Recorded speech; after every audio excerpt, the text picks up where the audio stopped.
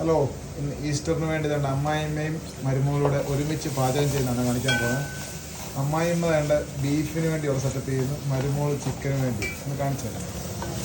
എങ്ങനെ പറയാനുണ്ടോ? ഒന്നുമില്ല, സമയം താമസിച്ചു പോയി.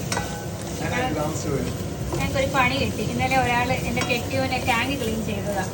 അവസാനം അതിൽ എയർ കയറി വെള്ളമില്ലാണ്ട് രാത്രി മൊത്തം വെള്ളമില്ലാണ്ട് രാവിലെ ഞങ്ങളുടെ സതീശൻ ചേട്ടൻ, ഞങ്ങളുടെ പ്ലംബർ ഡോക്ടർ സതീശൻ ചേട്ടൻ വന്നിട്ടാണ് രാവിലെ വെള്ളം കിട്ടിയത്.